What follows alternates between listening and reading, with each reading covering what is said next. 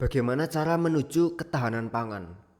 Untuk menuju ketahanan pangan, maka kita harus menggunakan pertanian berkelanjutan, di mana itu ada 3 prinsip. Pertama adalah prinsip ekonomi, lalu prinsip sosial atau kemasyarakatan, ketiga adalah prinsip lingkungan.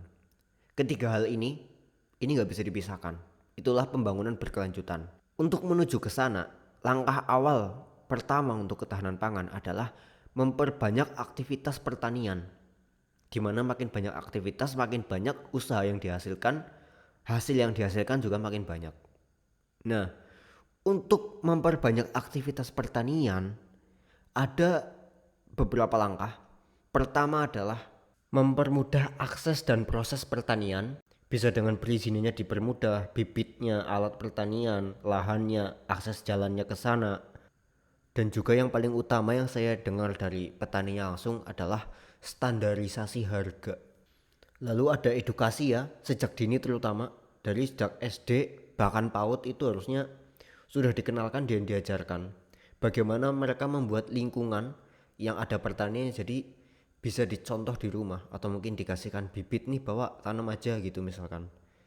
Pertama paling mudah ya tanam aja dulu, siapa tahu tanahnya cocok malah langsung tumbuh sendiri. Saya pun mengalami kan, biasanya cabai tumbuh sendiri malah subur banget, karena Indonesia memang tanahnya subur-subur kan, dimana nanti dikasih pupuk atau dan seterusnya, diajarkan sedikit demi sedikit, harusnya begitu ditanamkan sejak kecil.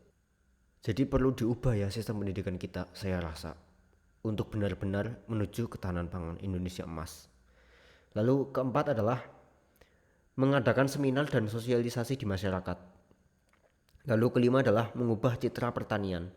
Karena yang sering muncul di berita-berita dimanapun, petani membuang hasil panennya, petani ngamuk dan seterusnya, stres, hidupnya miskin.